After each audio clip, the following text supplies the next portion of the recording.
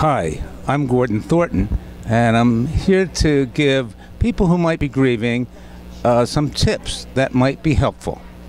These tips are personal because I have found them helpful after my own wife's death.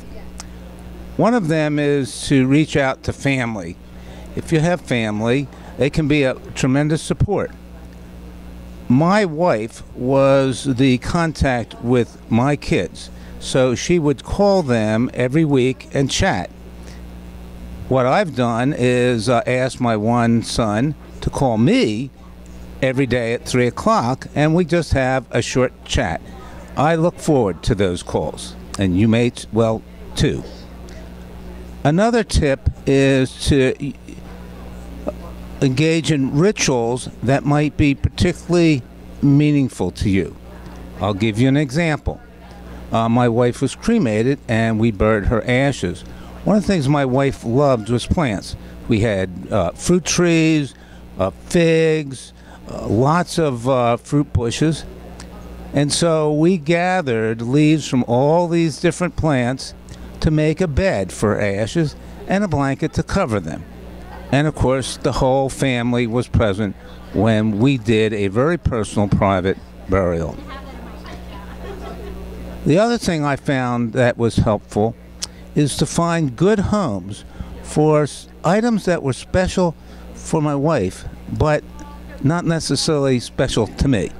So, for example, I mentioned figs. We live in Pennsylvania, and it's not a good climate for figs. So we had half whiskey barrels, which we planted fig trees in and would wheel them into the garage over the winter and then back out. Well, there's no way I was going to do that. I had to simplify my life, but I just didn't want to just let them die in the winter. So I found two people who were happy to have those fig trees. So I suggest that, there's going to be items as you go around the house, and it may be weeks or months after the death, that you find that you don't need any longer, but you kind of just don't want to just throw them out. Find some people that will appreciate them.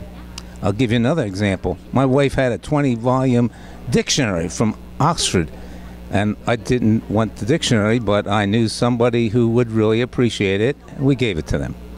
So my tips are reach out to families, pick rituals that are important for you, and to look at ways that you can dispose of items that were important so that you'll feel comfortable.